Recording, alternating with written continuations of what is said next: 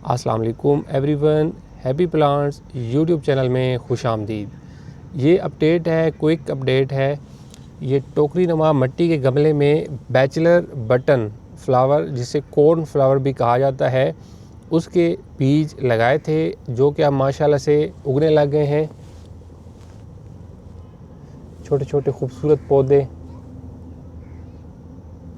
Bachelor button जल्दी बड़ा होने वाला फूल है और ये गमला इस हिसाब से है कि इंशाल्लाह जब ये पौधे ग्रो होंगे तो हम इनकी टिप्स को कट करते रहेंगे और पौधों को घना हो के ग्रो करने की कोशिश करेंगे।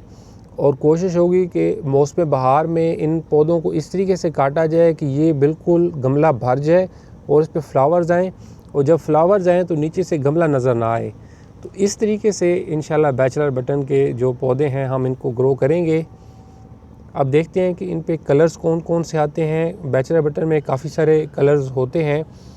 ये वैसे इसके पौधे थोड़े से ऊंचे हो जाते हैं, लेकिन हम इनको बार बार कट करते रहेंगे, घने हो के ये ग्रो हों और छोटे छोटे हों, ज़्यादा ऊंचे भी ना हों और गमले की हर तरफ जो है वो फ्लावर्स आने लग जाएं। सो देखते हैं कि किस तरीके से फिर एंड रिज़ल्ट्स मिलते हैं। चैनल को ज़रूर सब्सक्राइब कर लें। अपने घरों में अच्छी अच्छी गार्डनिंग करते रहें। खुदा हाफिज़।